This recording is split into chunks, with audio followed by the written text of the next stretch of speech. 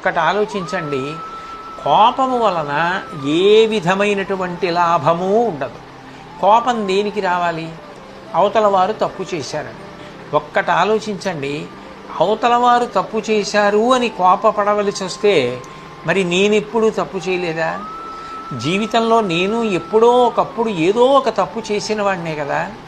తప్పు చేసిన వాడికి అవతలవాడు తప్పు చేశాడని కోప్పడే అధికారం ఎక్కడుంది?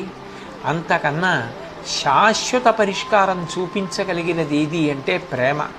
ప్రేమతో నాయనా ఇది తప్పు, ఇట్లా చేస్తే ఇబ్బంది పడతావు, అట్లా చెయ్యకు, నీ పద్ధతి మార్చుకో, ఇట్లా చేస్తే నువ్వు వృద్ధిలోకి వస్తావు అని ప్రేమతో చెప్పామనుకోండి, దాని వలన ప్రయోజనం కలుగుతుంది. అంతే తప్ప మనిషి కోపాన్ని పెంచుకున్నంత మాత్రం చేత ఉండే ఉపయోగం లేదు.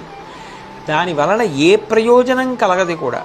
పైగా మీరు ఎంతో శక్తివంతులై ఎంతో సమర్థులైతే మీరు అప్పటికి కోపడ్డారనుకోండి, మీ మీద తిరగబడలేక, మిమ్మల్ని కాదనలేక, మిమ్మల్ని వ్యతిరేకించలేక అప్పటికి ఆ పని చేస్తారేమో కానీ మనసులో ఆదర బుద్ధితో మాత్రం ఆ పని చేయరు.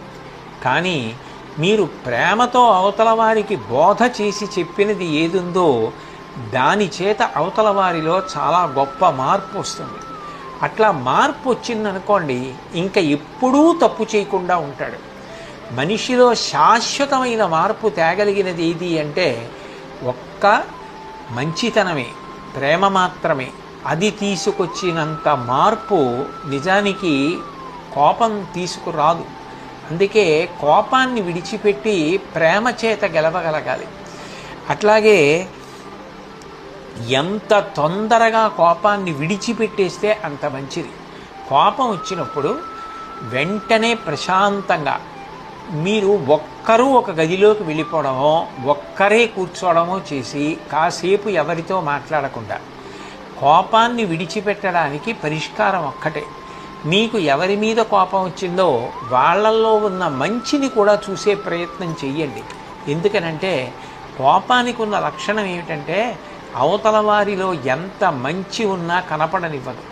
కోపం వచ్చినప్పుడు అవతల వారిలో ఉన్నటువంటి చెడుని మాత్రమే జ్ఞాపకం వచ్చేటట్టు చేస్తుంది.